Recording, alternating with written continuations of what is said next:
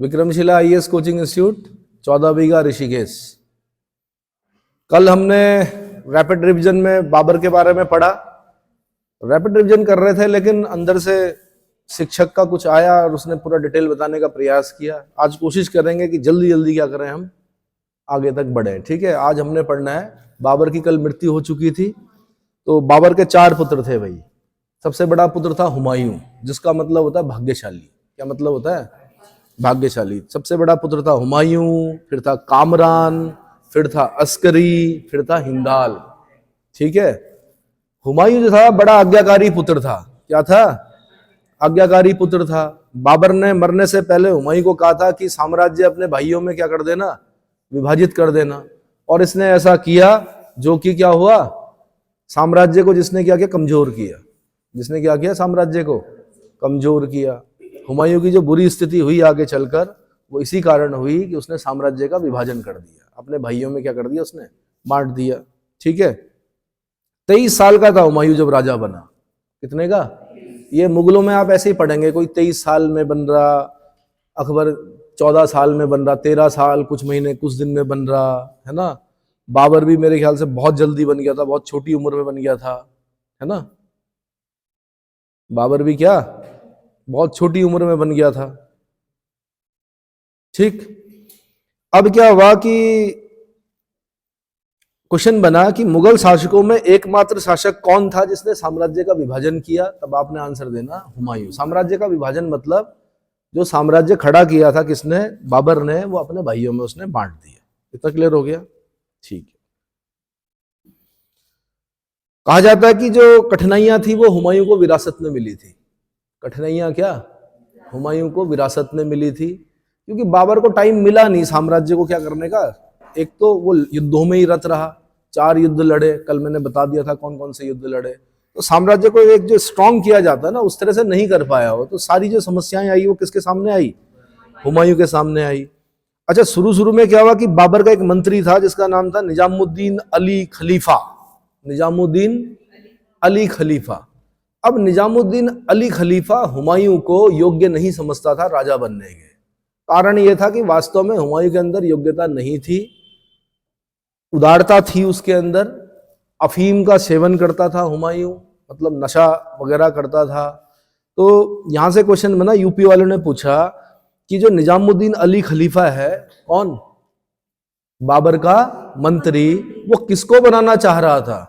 तो इस्लाम में क्या है, उत्तराधिकार का नियम नहीं होता। इस्लाम में क्या नहीं होता? उत्तराधिकार का नियम नहीं होता। ऐसा नहीं होता यहाँ की तरह कि बड़ा बेटा ही क्या बनेगा, राजा बनेगा। वहां पर तो तलवार के दम पर जो लास्ट में जीतता है वो क्या होता है, वो राजा बनता है। साथ में क्या होता है कि जो बहनोई और जो बेटी के मतलब दामाद, ये सब भी उत्तराधिकारी मानते हैं अपने आप को। क्या मानते हैं? तो क्या था कि बाबर का एक बहनोई था, यानी बाबर की बहन रही होगी, उनका एक हस्बैंड रहा होगा, उसका नाम था मेहदी ख्वाजा। क्या नाम था?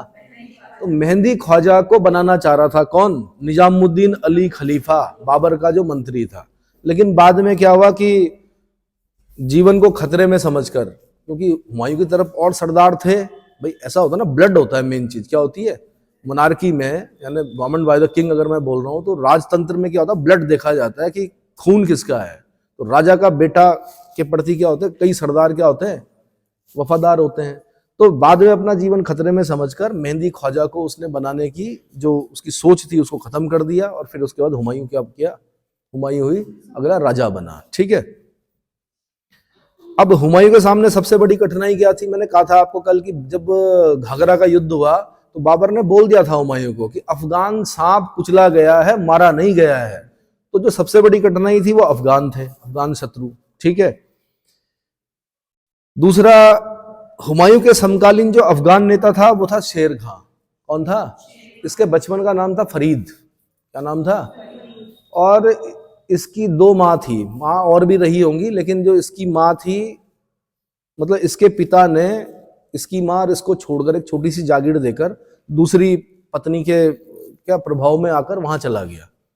तो इसने एक छोटी सी क्या की, जागीर की देखभाल की। एक बार क्वेश्चन बना, मैं बीच बीच में बताता रहूंगा क्वेश्चन कैसे बनते हैं, कि शेरशाह सूरी का जो जीवन है वो किस भारतीय इतिहास में किस अन्य एक व्यक्ति के साथ मैच करता है?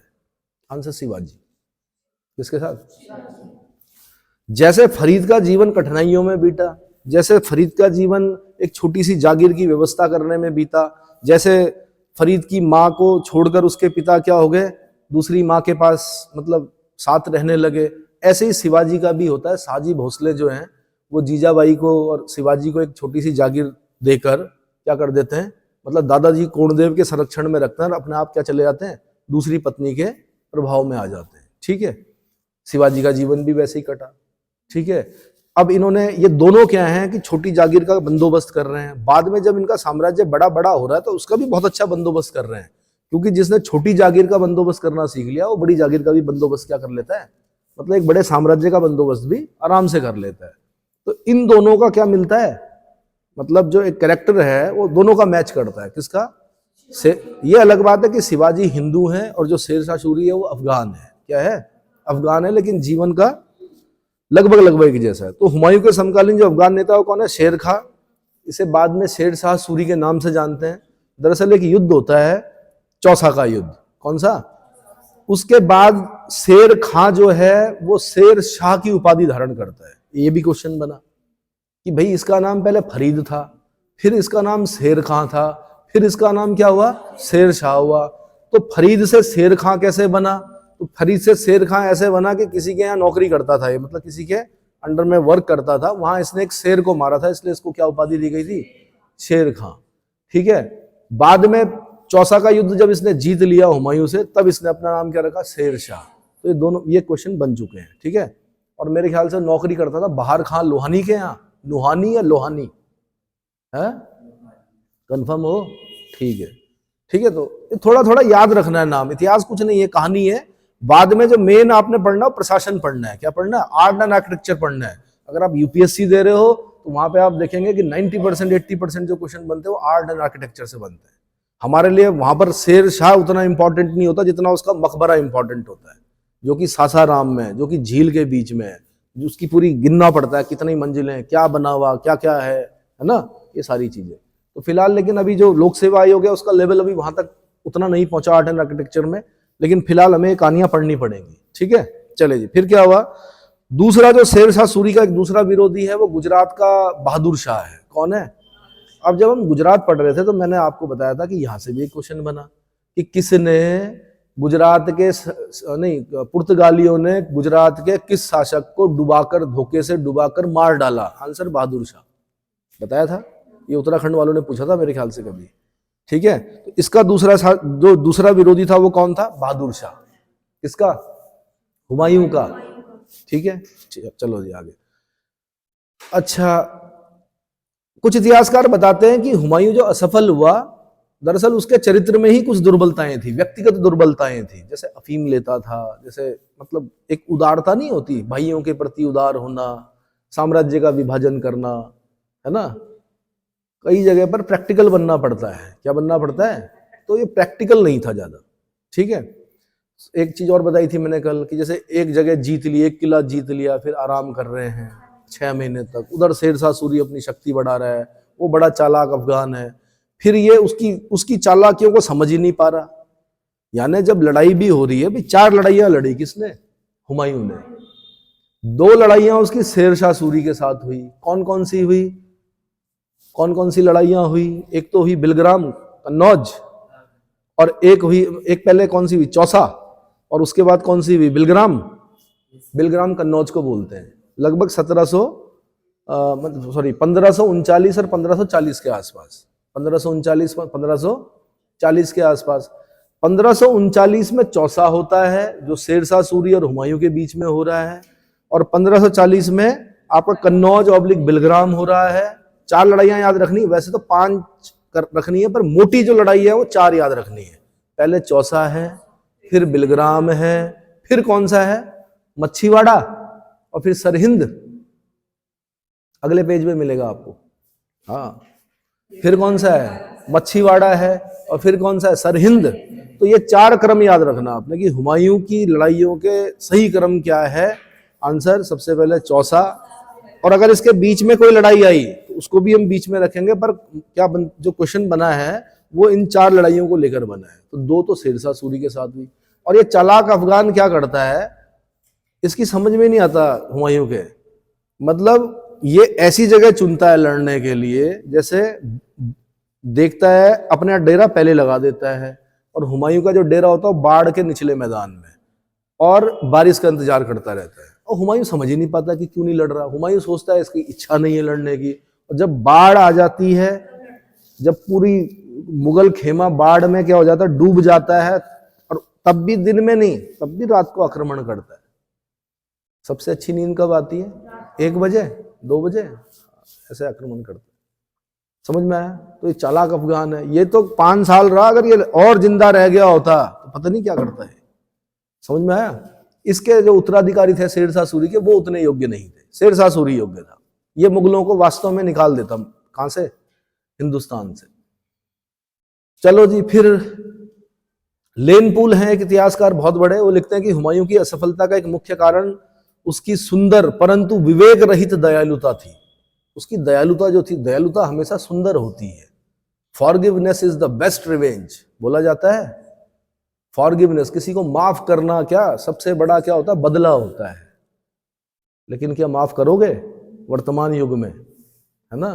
दूसरी सेइंग ये है कि माफ करने का मतलब होता है दूसरी गलती करने का मौका देना। किसी को अगर आप एक बार माफ करते हो तो अब ये आप पे डिपेंड है कि इन दोनों उक्तियों में से किस उक्ति को उठाकर आप अपने जीवन में उतारते हो। Forgiveness is the best revenge, और दूसरा है किसी को माफ करने का मतलब होता है उसे दूसरी गलती करने का मौका देना। ठीक है, चलिए जी। तो लेनपूल कहते हैं कि हुमायूं की असफलता का जो एक मुख्य कारण है उसकी सुंदर परंतु विवेक रहित दयालुता। सुंदर परंतु विवेक रहित दयालुता, ये खास ध्यान रखना आपने। स्टैनले लेनपूल इनका नाम, क्या नाम है? ठीक है।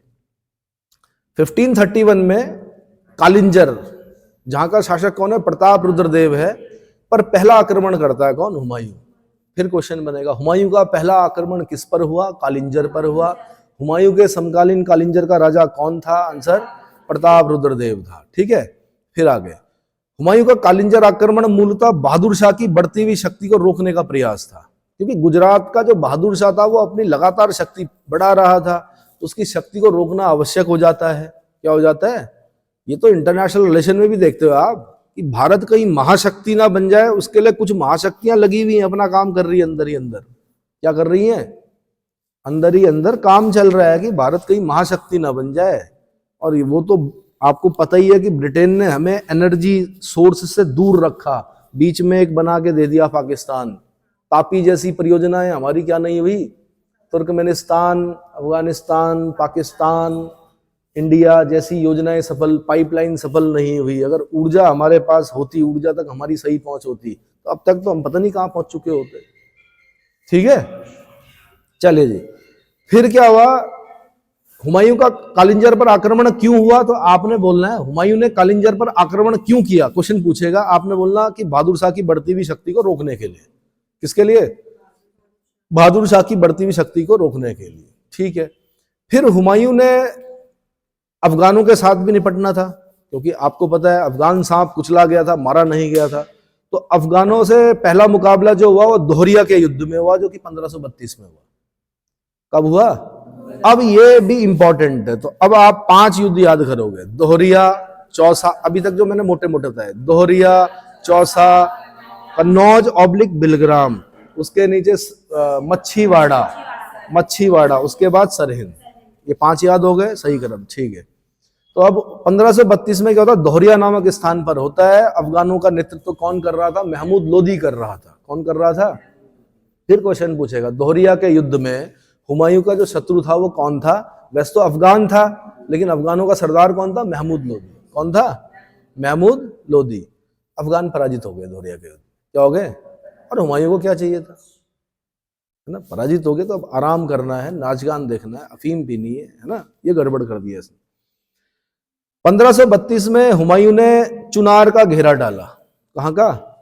चुनार एक जगह पड़ती है, यहाँ पे पत्थर मिलता है मेरे ख्याल से। एक बार क्वेश्चन आया था, यूपीएससी का क्वेश्चन है शायद, कि अशोक के स्तंभों के लिए पत्थर कहाँ से मंगाया गया। जरा चेक करना है इस क्वेश्चन को, क्या चुनार से मंगाया गया था?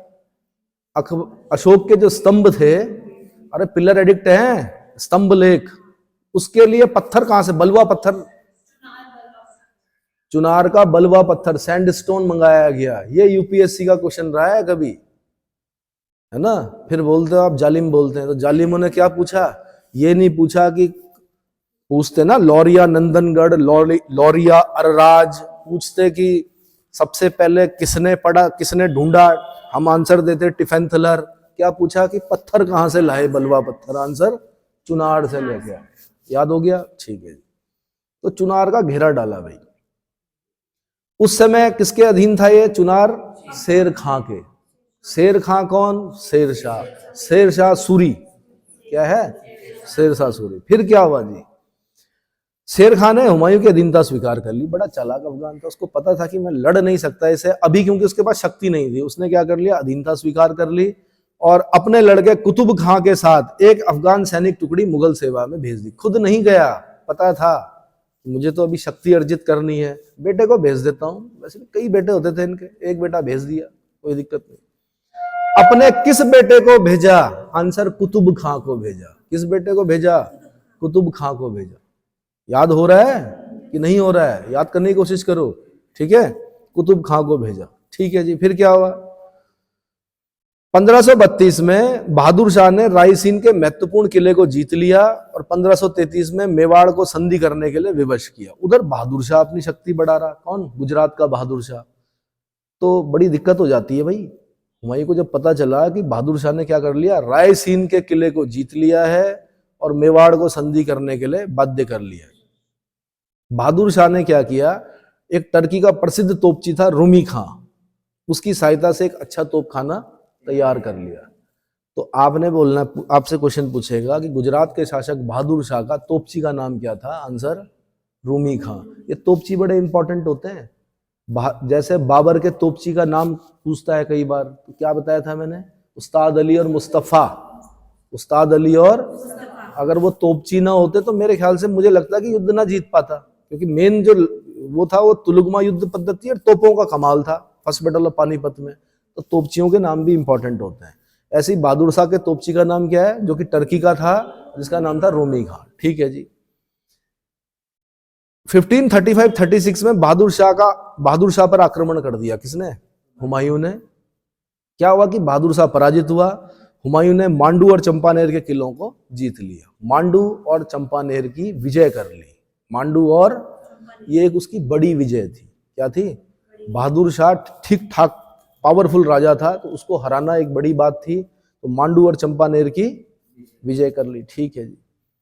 1534 में शेरशाह की सूरजगढ़ विजय तथा 36 में पुनः बंगाल को जीतकर बंगाल के शासक को से 13 लाख दिनार लेने से शेरशाह की शक्ति और सम्मान में बहुत अधिक वृद्धि हो गई।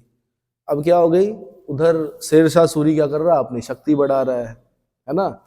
शेर खां को दबाने के लिए हुमायूं ने चुनारगढ़ 1536 में दूसरा घेरा डाला और किले पर अधिकार कर लिया। चुनारगढ़ का घेरा डाला और क्या कर दिया, ठीक है। फिर ये आदमी जो था चालाक अफगान शेरशाह, इसने क्या किया, बैक एक पॉलिसी होती है पीछे, मतलब उस तरफ को चला गया, कहां, बंगाल। और नहीं बोलते खींचना दुश्मन को अपनी तरफ खींचा और एक जगह पड़ती है तेलियागढ़, वहां बंद कर दिया, क्योंकि वो रास्ता था बंगाल जाने का, क्या था। और एक तरह से हुमायूं क्या हो गया, उधर लॉक हो गया। क्या हो गया, तो तेलियागढ़ से क्वेश्चन बना कि बंगाल की कुंजी किसे कहा जाता था, आंसर तेलियागढ़ को कहा जाता था। किसको, जैसे माना मैंने आपको क्या करना, पराजित करना है, तो मैं क्या करूंगा, मैं पहले भागूंगा और भाग के मैं वो उधर जाऊंगा, और उसके बाद जब आप वहां पहुंच जाओगे तो खुद दरवाजे पे खड़े हो जाऊंगा, तब बोलूंगा आओ अब, है ना।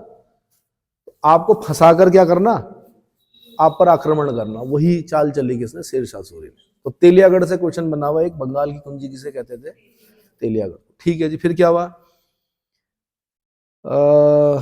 जब हुमायूं गौड़ पहुंचा, गौड़ बोलते हैं बंगाल को, गौड़ किसको बोलते हैं, बंगाल को। जब बंगाल पहुंचा तो चारों ओर लाशों के ढेर थे और उजाड़ था, कौन, बंगाल, ठीक है। हुमायूं ने इस स्थान का नाम क्या रखा, जन्नताबाद। फिर क्वेश्चन बना कि गौड़ का नाम बदलकर क्या रखा, आंसर जन्नताबाद रखा। क्या रखा, जन्नत समझते हैं, जन्नताबाद, है ना। चलो फिर बंगाल से लौटते समय हुमायूं और शेरशाह के बीच बक्सर के निकट चौसा नामक स्थान पर क्या हुआ? बंगाल से जब लौट रहा था तो चौसा नामक स्थान पर लड़ाई हुई 29 जून 1539। डेट याद करने की जरूरत नहीं है, अगर सिर्फ 1539 भी आप याद कर लेते तो 1539 ही महत्वपूर्ण है, क्योंकि अभी मॉडर्न में नहीं पहुंचे। मॉडर्न में डेट इंपॉर्टेंट होती है, यहाँ पर डेट का कोई उतना वैल्यू नहीं होता है। 1539, इवन यूपीएससी में तो डेट सन भी इंपॉर्टेंट नहीं होता, क्रम इंपॉर्टेंट होता है, जो कि मैंने आपको पहले बता दिया। कौन कौन सा? दोहरिया का युद्ध, चौसा, बिलग्राम, कन्नौज, मच्छीवाड़ा, सरहिंद। वह क्रम याद रखना, ठीक है जी। तो फिर क्या हुआ? 29 जून, मेरा काम है बताना, लेकिन डेट जो थी 29 जून 1539 थी। बक्सर का युद्ध हुआ और इसमें क्या हुआ? हुमायूं बुरी तरह पराजित हुआ। ठीक है, कहा जाता है कि हुमायूं ने घोड़े से कूद मारी और गंगा नदी में डूबने लगा। एक भिस्ती ने इसकी जान बचाई, निजाम नामक भिस्ती ने। किसने? यूपी वालों ने पूछा था कभी किसी जमाने में, कौन था वो भिस्ती जिसको एक दिन का बादशाह बना दिया था उसने? तो निजाम नामक भिस्ती ने इसकी जान बचाई। बाद में होता ही है, राजा ने पूछा भी तूने मेरी जान बचाई, बता क्या चाहिए? उसने कहा एक दिन का बादशाह बना दो। उसे एक दिन का बादशाह बनाया, उसने चमड़े के सिक्के चला दिए। क्या चलाए? भिस्ती समझते हो? पानी, पानी एक थैला होता है उसके पास, और घोड़ों को पानी पिलाना, और जैसे धूल वूल है उसको बिठाना, है ना। एक पिक्चर देखना अनिल कपूर की, लव स्टोरी 1942, उसमें दिखाएंगे आपको भिस्ती। ठीक है, बहुत पुरानी है। चलो, फिर क्या हुआ भाई? इस विजय के फलस्वरूप, किसके?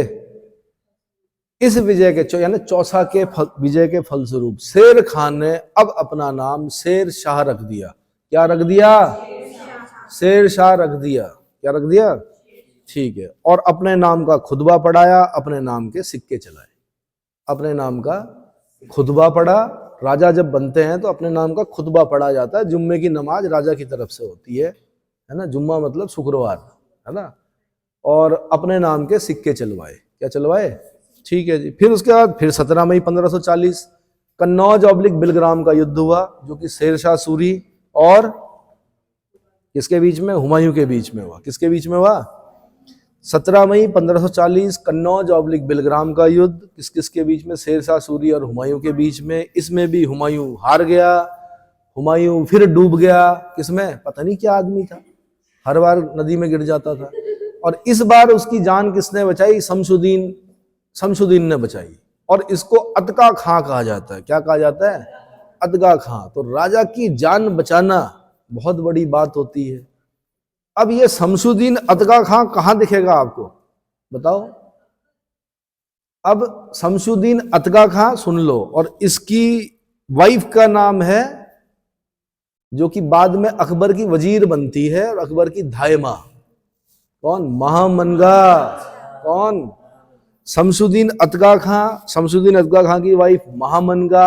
अब महामनगा बन जाती है क्या भाई? जिसने राजा की जान बचा दी तो उसकी वाइफ अब उसके बेटे की क्या बन गई बाद में? मतलब धाइमा बन गई। और फिर जो उसकी बेटी दीदी, क्या नाम था? जीजी अनगा। और उसका बेटा किसका? अधम खां। कौन?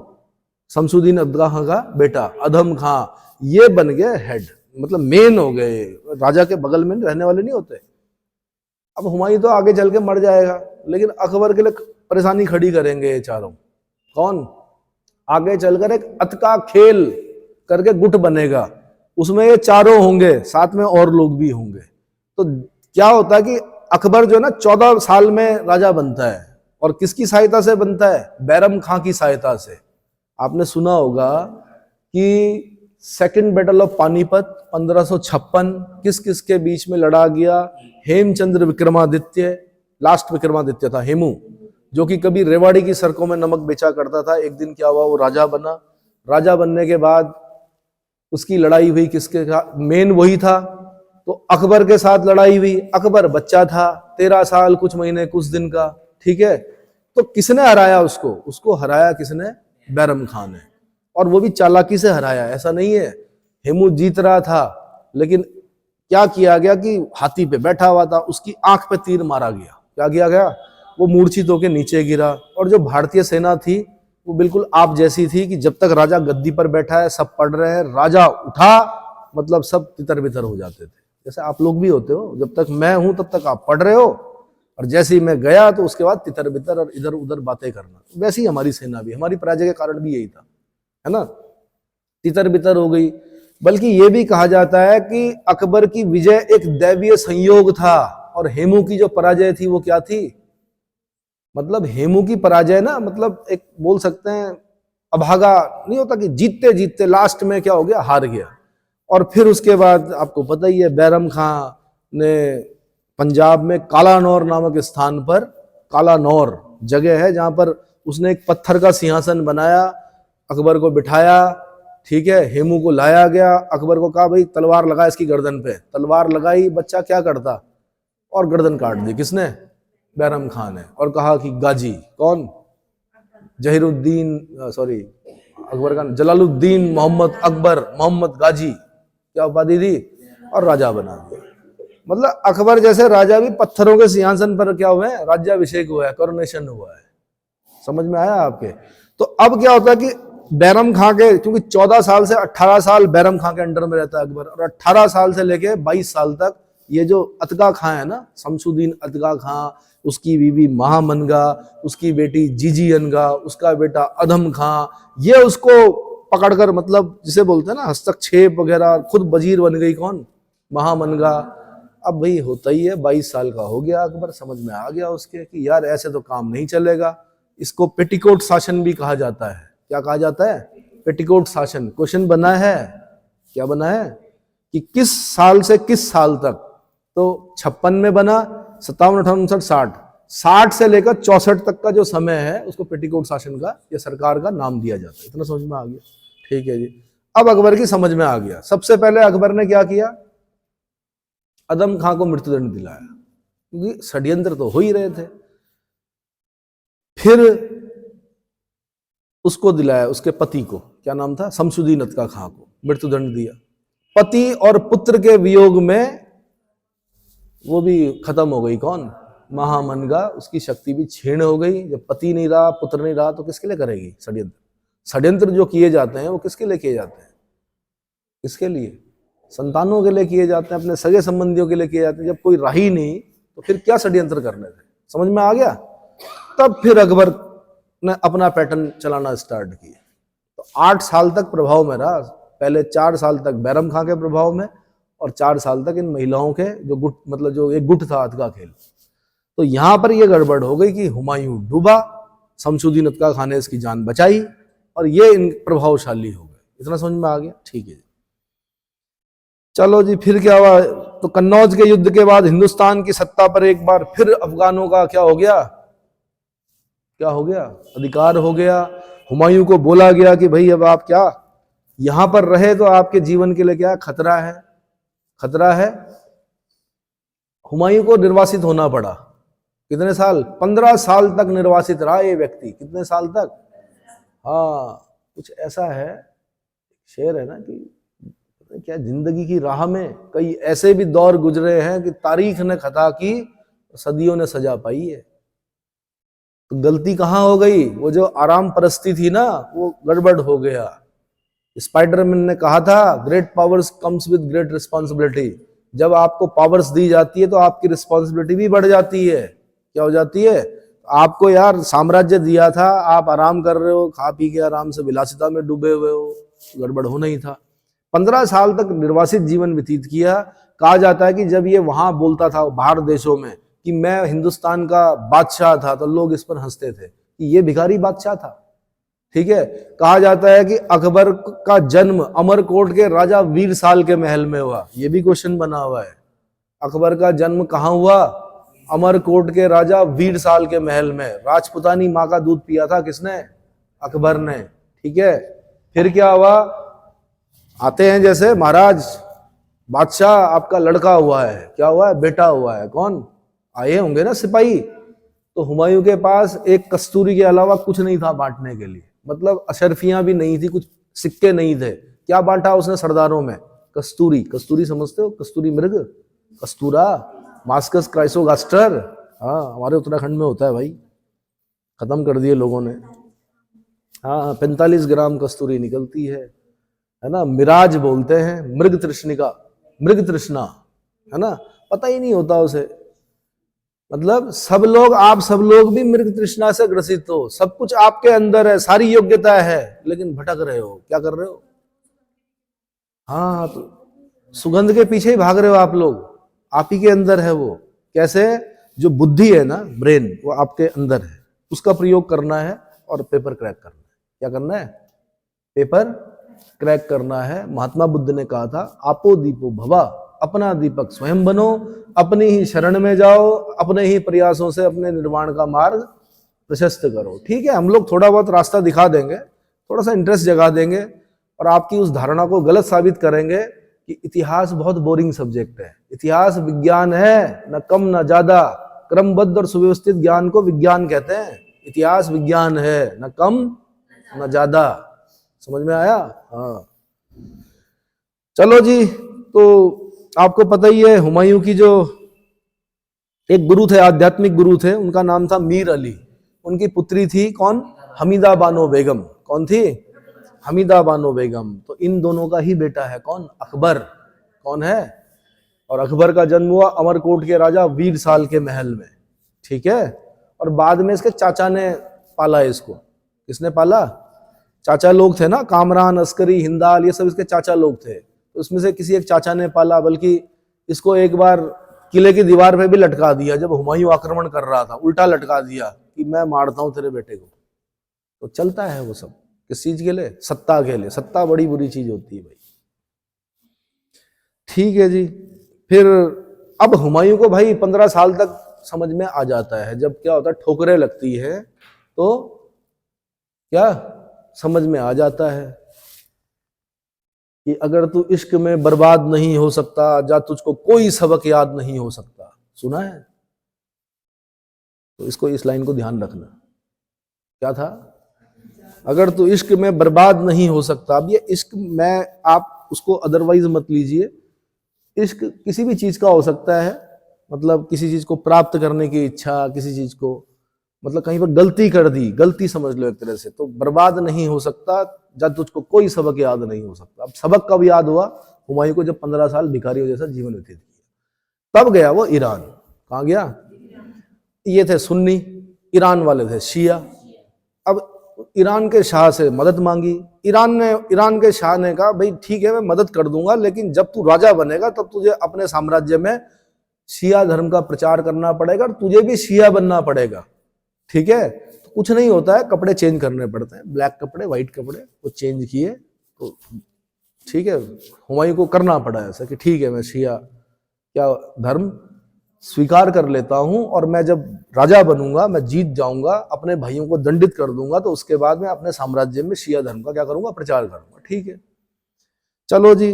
तो ईरान के राजा के सहयोग से ही अपने भाइयों को क्या कर सका? दंडित कर सका। ठीक है, क्या हुआ? आते आते ये क्या हुआ, फिर एक मच्छीवाड़ा का युद्ध होता है भाई 1555 में। देखो 40 में हार गया था, अब 55 में आ गए हम सीधे। कहाँ आ गए? 55 में। अब 40 से 55 के बीच में हमने शेरशाह सूरी और उसके उत्तराधिकारी पढ़ने, अब इसके बाद पढ़ने पड़ेंगे हमें, हम डायरेक्ट अकबर में नहीं जाएंगे। ठीक है, 55 में क्या हुआ? मच्छीवाड़ा का युद्ध हुआ।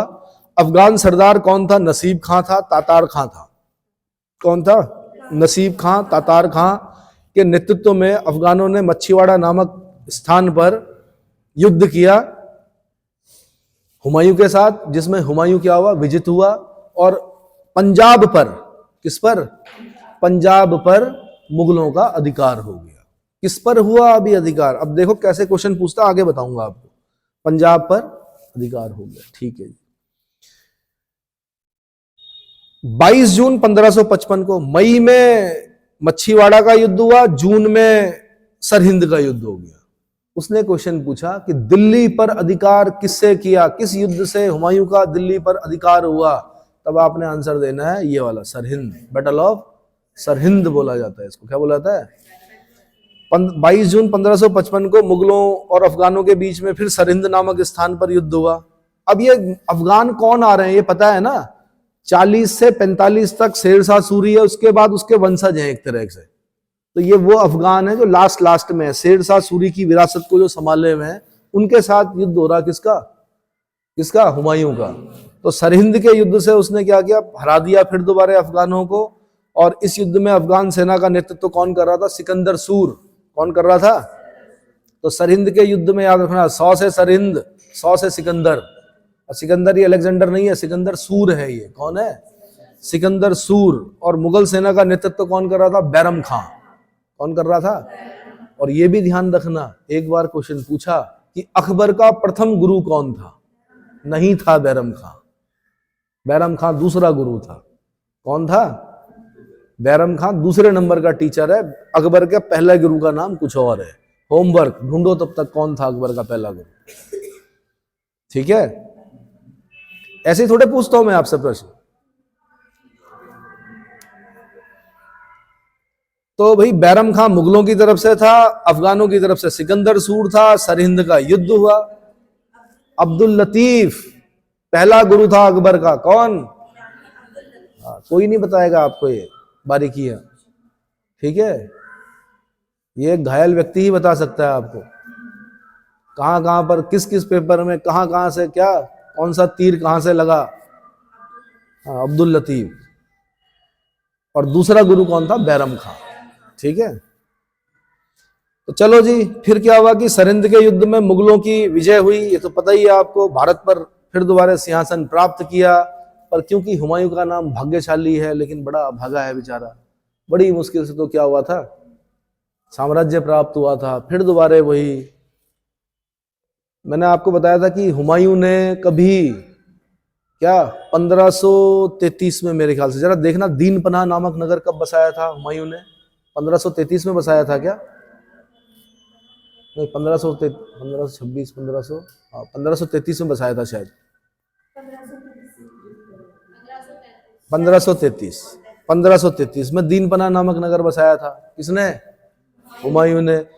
अब जब शेरशाह सूरी राजा बन गया तो उसने कुछ तोड़ फोड़ करके क्या किया, उसमें कुछ भवन बनाए। तो उसमें से एक भवन था शेर मंडल।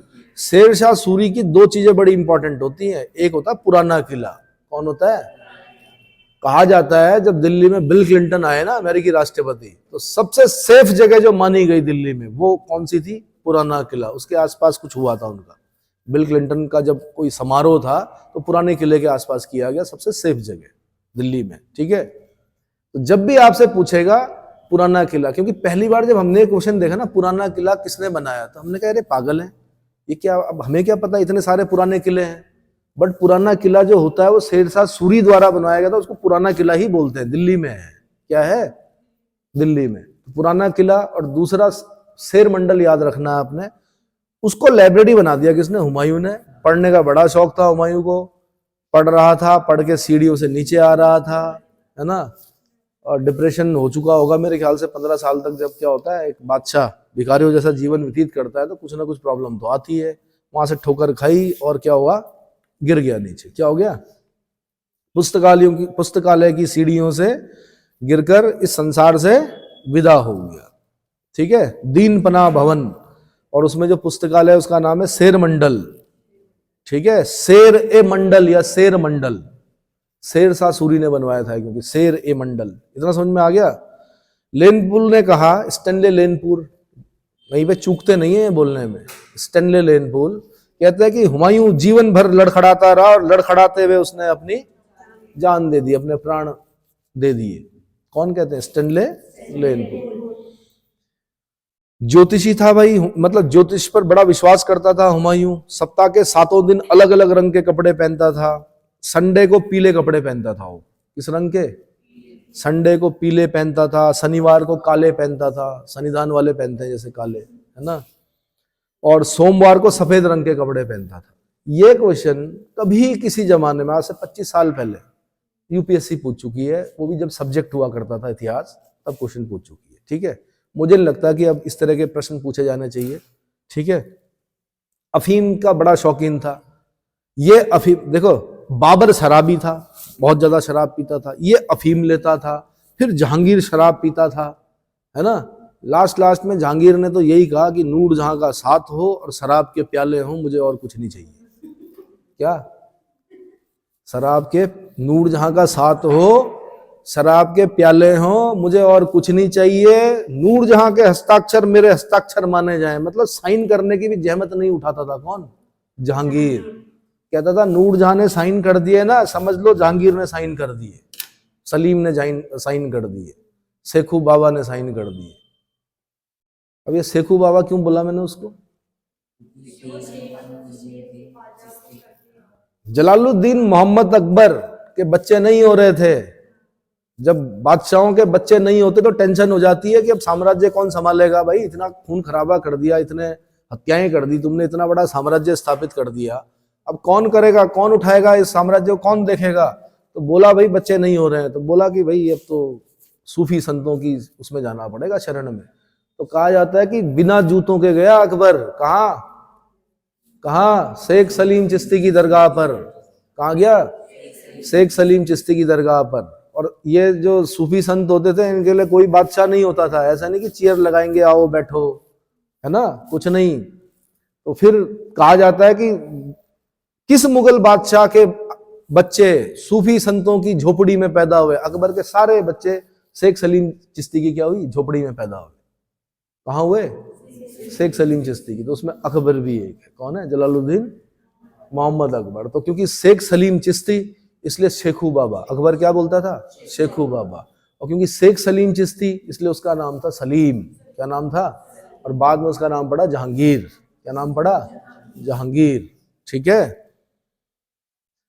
चलो जी, फिर क्या हुआ?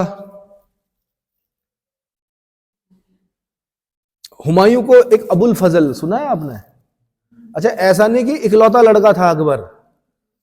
किसका? हुमायूं का। हुमायूं के और बच्चे। अकबर इकलौता था? अकबर की एक बहन भी थी, सौतेली बहन, ये हुमायूं की बहन। चलो मैं आगे बता दूंगा। हाँ जी, हाँ, कहीं का साम्राज्य दिया था उसने, चेक करो। कांधार या काबुल, सूबेदार बनाया था किसी लड़की को। किसकी बहन थी वो? काबुल। काबुल की सूबेदार किसे बनाया गया था? काबुल या कांधार, कुछ दिया था।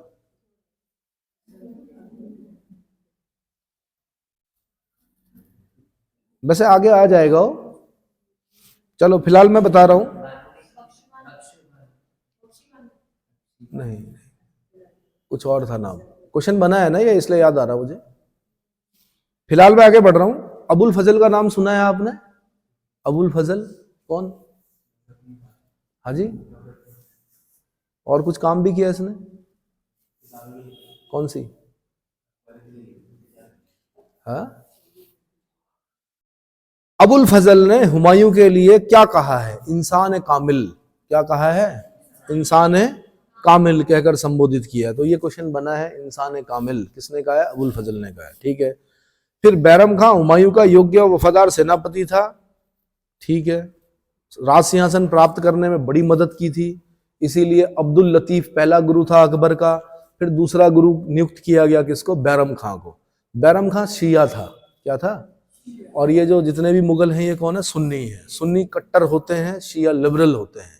शिया क्या होते हैं? थोड़ा सा जैसे बौद्ध धर्म में होते हैं ना, हीनयान महायान। हीनयान जो है वो उसी पैटर्न पर चलेंगे जो बुद्ध ने बताए थे, महायान जो होंगे वो थोड़ा पैटर्न बदल कर चलेंगे।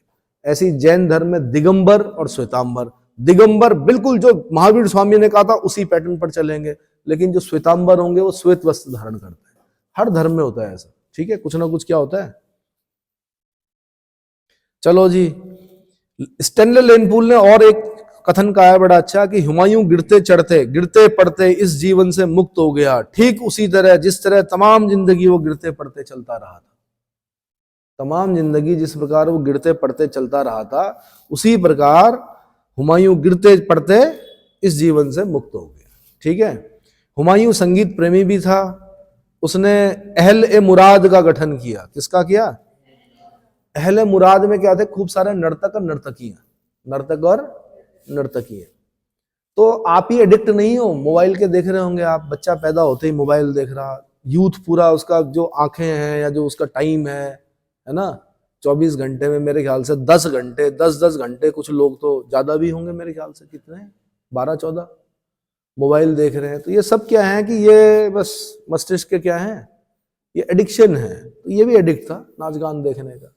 उस जमाने में अगर मोबाइल होता तो मुझे लगता है कि ये लोग इतना बड़ा साम्राज्य स्थापित भी नहीं कर पाते, है ना। चलो जी, उसका शेरशाह सूरी भाई कौन, 1540 से 1545। आपने लड़की का नाम नहीं बताया। चलो मैं बता दूंगा, मुझे याद आएगा अभी, मैं बता दूंगा, ठीक है। शेरशाह सूरी जन्म भाई 1572 में, 1472 में। कहां पर हुआ था, बैजवाड़ा होशियारपुर। कहां पर, पंजाब में पड़ता है होशियारपुर। बैजवाड़ा होशियारपुर नामक स्थान पर, है ना। हसन की अफगान पत्नी के गर्भ से हुआ था। हसन, इसके पिता का नाम क्या था, हसन, ठीक है। बचपन का नाम, शेरशाह सूरी के बचपन का नाम पूछता है कई बार, फरीद खां। क्या नाम था, फरीद लिख सकते हैं आप, फरीद खां लिख सकते हैं, फरीद था। प्रारंभिक जीवन बड़ा ही कष्टपूर्ण, ठीक है। जो हसन खां था वो जौनपुर की एक छोटी सी जागीर का जागीरदार था। कहाँ का, जौनपुर, पढ़ा है ना हमने, वो जौनपुर, सरकी डायनेस्टी, मलिक सरवर, ख्वाजा जहां, याद आ रहा कुछ, अटाला देवी की मस्जिद, कुछ आ रहा है याद, जिसमें मैंने कहा था अटाला मस्जिद और अटाला देवी की, कुछ याद आ रहा है। इब्राहिम शाह सूर, सिकंदर सूर, कुछ है ना, कुछ इस तरह के नाम थे वहां पे। नहीं सूर नहीं, सॉरी, शर्की, इब्राहिम शर्की, याद आ रहा है। हाँ, देखो वीडियो देखो दोबारा, याद आएगा। करोगे याद तो हर बात याद आएगी, करोगे याद तो हर बात याद आएगी, ठीक है। तो भाई दक्षिण बिहार का एक सूबेदार था बहार खां लोहानी। कौन, उसके यहां नौकरी करता था कौन, फरीद, बच्चा था जब। इसने एक शेर को मार दिया। किसको मार दिया, तो इसका नाम रखा गया शेर खां, शेर खां, ठीक है। ठीक है जी। तो जब बहार खां लोहानी ने देखा कि बड़ा बहादुर बच्चा है, बहादुर आदमी है यार, शेर को मार रहा है, शेर खां उपाधि दे दी। तो साथ में अपने बेटे जलाल खां का भी क्या कर दिया, संरक्षक नियुक्त कर दिया। किसको, शेर खां। होता ही है, जो बहादुर होगा उसको क्या दिया जाता है, हाँ। तो अपने बेटे जलाल खां का संरक्षक नियुक्त कर दिया। शेर खां चंदेरी के युद्ध में मुगलों की तरफ से लड़ रहा था, यानी बाबर की सेना तरफ था, सेना में एक तरह से। और मैंने बताया था चौसा, सॉरी, घाघरा के युद्ध में बाबर के विरुद्ध लड़ रहा था। किसके विरुद्ध, 4 लड़ाइयां हैं बाबर की, पानीपत का प्रथम युद्ध, खानवा, फिर चंदेरी और फिर घाघरा। चंदेरी वही मेदिनी राय के साथ होती है जो लड़ाई बाबर की, वहां पर शेरशाह सूरी बाबर की तरफ से लड़ रहा है, स्ट्रेटेजी समझ रहा है मुगलों की स्ट्रेटेजी क्या है। और अगले युद्ध में, घाघरा के युद्ध में, क्योंकि अफगानों के साथ हो रहा है बाबर का युद्ध, अफगानों की तरफ से लड़ रहा है बाबर के विरुद्ध, समझ में आ रहा है। तो भाई यहीं पर कहा था चंदेरी के युद्ध में, यूपी वालों ने पूछा क्वेश्चन, बालिके आप पेपर देने जा रहे हैं अगर उत्तर प्रदेश आरओ यारो का, या कोई भी पेपर देने जा रहे हैं पीसीएस का, तो वहां पर इस प्रकार के प्रश्न पूछे जाते हैं कि किस अवसर पर शेरशाह सूरी ने कहा कि अगर भाग्य ने मेरी सहायता की और सौभाग्य मेरा मित्र रहा तो मैं सरलता से मुगलों को एक दिन भारत से बाहर खदेड़ दूंगा। आंसर चंदेरी युद्ध के अवसर पर कहा, ठीक है। इसकी 2 सेइंग बड़ी इंपॉर्टेंट है, एक ये वाली और एक वो वाली। कौन सी, मैंने मुट्ठी भर बाजरे के लिए हिंदुस्तान की सल्तनत को खो दिया था। ये मतलब बड़ी गहरी बात की उसने। भाई जहां पे वो लड़ रहा था वहां बाजरे के अलावा कुछ होता नहीं, और वहां के राजपूत इतनी बहादुरी से लड़े कि नाको चने चबवा दिए शेरशाह सूरी के। मतलब शेरशाह सूरी के ऐसे हो गया था कि पता नहीं मैं जीतता कि नहीं जीतता। तो लास्ट में बोलना पड़ा जब जीत गया। नहीं होता जब अनएक्सपेक्टेड विजय हो जाती है, तब उसने कहा मैंने मुट्ठी भर बाजरे के लिए हिंदुस्तान की सल्तनत को खो दिया था, अगर मैं इसको प्राप्त कर भी लूंगा तो क्या मिलेगा मुझे यहां से, बाजरा। और उतना बड़ी सल्तनत थी मेरी हिंदुस्तान की, मैंने पूरी क्या कर रखी थी, हुमायूं से छीनी थी, वो भी खो जाती भाई अगर मैं मर जाता, है ना। बड़ा गजब का आदमी था ये, विल पावर थी इसकी गजब की। कहा जाता है कि लास्ट युद्ध जो है शेरशाह सूरी का, देखना जरा कौन सा है, शेरशाह सूरी की लास्ट विजय जो है वो कौन सी है, कालिंजर है क्या, कालिंजर। कालिंजर की जब लड़ाई लड़ रहा था ना, देखो विल पावर इसको बोलते हैं। कालिंजर की जब लड़ाई लड़ रहा था शेरशाह सूरी, तो क्या हुआ कि गोला दागा गया किस पर, दीवार पर। वहां से गोला टकराया, अब बारूद खाने में गिरा। बारूद खाना बगल में ही था, शेरशाह सूरी खड़ा हुआ, बारूद खाने में आग लग गई, शेरशाह सूरी पूरा जल गया। क्या हो गया?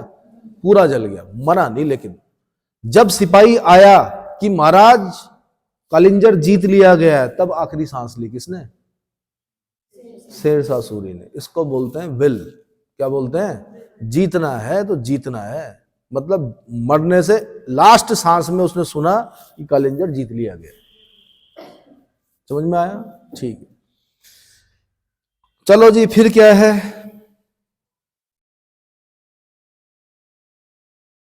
भाई मोहम्मद शाह यानी बहार खान लोहानी की मृत्यु हो गई। देखो ना, बहार खान लोहानी की मृत्यु हो गई। उसकी वाइफ थी दूदू बेगम, और बेटा तो संरक्षक बना हुआ ही था, कौन? जलाल खां। कितना चालाक व्यक्ति था ये। इसने शादी कर ली उससे, दूदू बेगम से। इसने कहा मालिक तो रहे नहीं मालकिन, तो क्या है, विवाह कर लेते हैं, बेटे को तो पढ़ा ही रहा हूं मैं, सिखा ही रहा हूं, बेटा ही है मेरा, तो चलो फिर अब घर बसाते हैं। तो ठीक है, तो दूदू बेगम से विवाह किया। इस प्रकार दक्षिण बिहार का शासक बन गया। क्या बन गया? ये भी ठीक है। The ant and the grasshopper सुनी होगी एक आपने कहानी, कि चींटी जो होती है वो बेचारी क्या करती रहती है? मेहनत करती रहती है, मेहनत करती रहती है, कोसती रहती है किसको? टिड्डे को। टिड्डा ग्रास ऊपर, कि भाई मेहनत कर ले, और ग्रास ऊपर तो लास्ट में क्या है? सुना है? तो कई बार ऐसा होता है कि भाग्यम फलति सर्वथा न विद्या न च पौरुषम। ना तो विद्या काम आती है, ना पौरुष काम आता है। क्या काम आता है? भाग्य काम आता है, चालाकियां काम आती है। क्या आती हैं? चालाकियां काम आती हैं। तो इतने सीधे मत बनो, चाणक्य ने कहा था, इतने सीधे मत बनो, जंगल में वही पेड़ काटे जाते हैं जो सीधे होते हैं। थोड़ा थोड़ा बहुत टेढ़ा भी होना चाहिए, है ना। पर सीधा होना दैवीय गुण है। अगर इसको बना के रख सकते हो तो बना के रखो। क्या करो? चलो जी आगे। मगर आज के जमाने के हिसाब से बोल रहा हूं मैं, सीधे लोगों का क्या नहीं है? जमाना नहीं है। लेकिन अगर आप अंदर से उन लोगों से पूछें कि क्या आप संतुष्ट हैं, तो वो यही बोलेंगे, अंत समय तक यही बोलेंगे, हाँ हम संतुष्ट हैं अपने जीवन से। और जो टेढ़े लोग हैं वो लास्ट तक असंतुष्ट ही रहेंगे। क्या रहेंगे? खुद उनका अपने लिए भी सम्मान नहीं होगा। क्योंकि जो बुरा व्यक्ति होता है उसकी, क्योंकि मेन जो होती है वो आत्मा होती है। आत्मा जानती है कि मैं गलत हूं। क्या हूं? मैं गलत हूं। तो वो जो गलत हूं वाला भाव है ना, वो उस व्यक्ति के अंदर नहीं होता जो सच्चा होता है और सीधा होता है। समझ में आया? ठीक, चलो जी। तो भाई ये इस प्रकार राजा बन गया भाई दक्षिण बिहार का, दूदू बेगम से विवाह करके। ठीक है। शेर खान ने अपने प्रबंधन यानी दक्षिण बिहार के प्रबंधन काल में योग्य और विश्वास पात्र व्यक्तियों की भर्ती की। ठीक है, करना ही था। उसके बाद 1529 में शेर खान महमूद लोदी की ओर से घाघरा के युद्ध में भाग लेता है। घाघरा के युद्ध में जो मेन है, बाबर की तरफ से भी जो लड़ रहा है, वो कौन है? महमूद लोदी। तो महमूद लोदी की तरफ से कौन? शेरशाह सूरी क्या हो रहा है? लड़ रहा है। कुछ दिक्कत है? ठीक है। 1529 में बंगाल के शासक नुसरत शाह को पराजित करने के बाद शेर खान ने एक उपाधि धारण की, इसको बोलते हैं हजरत आला। क्या? हजरत आला। अब क्या होता है फिर? रैयत आला किसकी उपाधि थी? अब हजरत आला और रैयत आला दोनों एक जैसे लगते हैं। तो कहीं सुना है आपने रैयत आला की उपाधि? तो जब हम गुलाम खिलजी तुगलक सैयद लोदी पढ़ रहे थे, तो जब हम सैयद पढ़ रहे थे, तो सैयद में हमने 4 राजा पढ़े। क्या पढ़े? पहला राजा कौन पढ़ा हमने? खिजर खां सैयद। और खिजर खां सैयद की उपाधि क्या है? रैयत आला। क्या उपाधि है? चाहे तो किताब पलट के देख लो, कंफर्म कर लो एक बार, रैयत आला है। और इसकी उपाधि है क्या? हजरत आला। तो 2 प्रकार के प्रश्न बनाएंगे। क्या बनाएंगे? एक बनाएंगे हजरत आला किसकी उपाधि है? आंसर शेरशाह सूरी की। रैयत आला किसकी उपाधि है? आंसर खिजर खां सैयद की, क्योंकि उसने सुल्तान की उपाधि तो धारण नहीं की, वो रैयत आला की उपाधि से ही क्या रहा? खुश रहा। तीसरा क्वेश्चन पूछेगा कि शेर खान ने हजरत आला की उपाधि कब धारण की? तब आपने आंसर देना है बंगाल के शासक नुसरत शाह को पराजित करने के उपरांत। ठीक है जी। फिर उसके बाद 1530 में ये बड़ा, फिर मैंने बोला चालाक अफगान, चुनार में एक ताज खां था, उसकी मृत्यु हो गई थी। उसकी वाइफ थी एक, उसका नाम था लाड मलिका। क्या नाम था? लाड मलिका। फिर डराया उसने लॉर्ड मलिका को, देखो हुमायूं है, देखो उधर बहादुर शाह है, बड़ी दिक्कतें हैं, विवाह कर लेते हैं। क्या कर लेते हैं? फिर लॉर्ड मलिका के साथ विवाह किया। चुनार का भी क्या बन गया? राजा बन गया। क्या बन गया? क्या बन गया? ऐसा एक, वो आपने वहां भी देखा होगा जब हरियंक वंश पढ़ रहे थे हम, बिंदुसार क्या करता है, 500 से ज्यादा रानियां थी उसकी। भाई अगर किसी के पूरे, जैसे उसका साम्राज्य है, इधर भी ससुर जी, इधर भी ससुर जी, कहीं उसके क्या brother in law, sister in law, चारों तरफ क्या 500 शादियां, सारा ससुराल, मतलब जहां भी जाए तो दामाद जी आ रखे। तो दामाद जी पर कौन आक्रमण करे? भारतीय हिंदू धर्म में तो वैसे भी दामाद को क्या माना जाता है? शुरू शुरू में ना भगवान माना जाता है ना। ठीक है, मतलब उतनी ही आओ भगत होती है। ठीक है, सुनो, आगे सुनो, आप लोगों की भी होगी भाई, दिल छोटा मत करो, आप लोगों की भी होगी, है ना। तो अच्छा, एक ही व्यक्ति था, कौन? अवंती नरेश प्रद्योत। कौन? जिसके साथ उसकी शत्रुता थी। अब बिंबिसार ने कहा करूं क्या मैं? ठीक है, तो एक मौका मिलता है जीवन में, उसको पहचानना पड़ता है। क्या करना पड़ता है? इस पे भी दो सहींग हैं कि अपॉर्चुनिटी नॉक्स वंस। अपॉर्चुनिटी जो होती है एक बार जरूर दरवाजा खटखटाती है। ठीक है, तो खटखटाया, अवंती नरेश प्रद्योत को पांडु रोग हो गया, पांडु रोग से ग्रसित हो गया। उसे तुरंत अपना डॉक्टर भेज दिया, जीवक। किसने? बिंदुसार ने। और उसका पांडु रोग सही हो गया। संबंध जो थे, जहां सबसे खराब संबंध थे, ये जो शत्रु था प्रबल, वो भी उसका क्या हो गया? मित्र हो गया। क्योंकि दो जगह लोहे की खानें थी, जहां जहां लोहे की खानें होंगी वो साम्राज्य क्या होगा? शक्तिशाली होगा। एक आपकी मगध में लोहे की खानें थी और एक अवंती में थी। क्योंकि लोहा होगा तो औजार जो बनेंगे वो कैसे बनेंगे? अच्छे बनेंगे। कृषि के लिए तो ज्यादा गहरा खोदेंगे तो क्या होगा? अच्छा सरप्लस में होगा अनाज। और जो हथियार होंगे वो भी उन्नत बनेंगे। हथियारों के लिए क्या चाहिए होता है? लोहा, है ना। बल्कि आईएएस में एक बार क्वेश्चन पूछा कि हम प्रथम नगरीकरण इंडस वैली सिविलाइजेशन को पढ़ते हैं, द्वितीय नगरीकरण किसे पढ़ते हैं? आंसर मगध। क्या? और फिर अगली बार पूछा उसने कि मगध का उत्कर्ष क्यों हुआ, द्वितीय नगरीकरण क्यों आया? आंसर लोहे का प्रयोग। उसका उत्तर क्या था? लोहे के प्रयोग से द्वितीय नगरीकरण या मगध का उत्कर्ष कैसे हुआ? क्योंकि भाई लोहे से जो कृषि के औजार बने उससे ज्यादा गहरा खोदा, ज्यादा गहरा खोदने से क्या हुआ? ज्यादा अच्छा उत्पादन हुआ। ज्यादा अच्छा उत्पादन होने से क्या हुआ? सरप्लस में हुआ उत्पादन। क्या हुआ? सरप्लस में उत्पादन हुआ। जब सरप्लस में किसान उत्पादन करता है तब नगर बसते हैं। तब क्या होते हैं? क्योंकि आप नगरों में रहते हो, आप खेती नहीं करते हो तो खा कहां से रहे हो? क्योंकि आपके लिए कहीं ना कहीं कोई किसान क्या कर रहा है? सरप्लस में उगा रहा है, खुद भी खा रहा है, आपके लिए भी उगा रहा है। समझ में आ गया? ठीक है जी। फिर क्या हुआ? ताज खां की विधवा लॉर्ड मलिका से भी विवाह कर लिया। चुनार के शक्तिशाली किले पर अधिकार कर लिया। किसने? शेरशाह सूरी ने। ठीक है, बहुत अधिक संपत्ति भी प्राप्त कर ली। कितने मिनट हो गए? ठीक है, 2 मिनट और है ना। शेर खान ने दोहरिया के युद्ध में 1532 में क्या हुआ?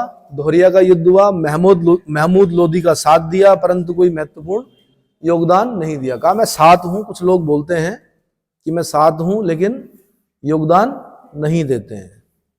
टेंशन मत दिया करो भाई। ठीक है, आगे। अब ऐसा क्यों करते हैं लोग कई बार? क्योंकि पता होता है कि महमूद लोदी के पतन के बाद मैं ही हूं। शेरशाह सूरी को पता था कि जब महमूद लोदी मरेगा उसके बाद तो मैं ही हूं, इसलिए बोला मुंह से कि मैं आपका साथ हूं, लेकिन साथ नहीं दिया। कौन से युद्ध में? दोहरिया के युद्ध में। अगर ढंग से साथ दे देता तो मेरे ख्याल से जीत जाता है। क्या होता है? चलो जी। तो अफगानों का अगला नेता शेरशाह सूरी नहीं बनना था, इसलिए उसने साथ नहीं दिया। अगला 1534 में शेर खान ने सूरजगढ़ के युद्ध में बंगाल के अयोग्य शासक महमूद शाह को पराजित किया। उसको 13 लाख दिनार देने के लिए विवश किया।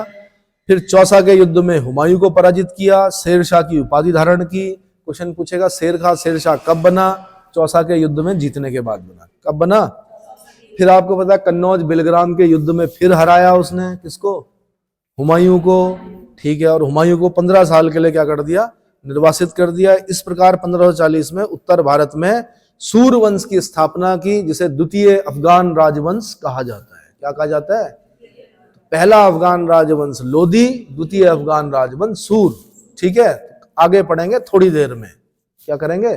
थोड़ी देर में पढ़ेंगे। बंद कीजिए।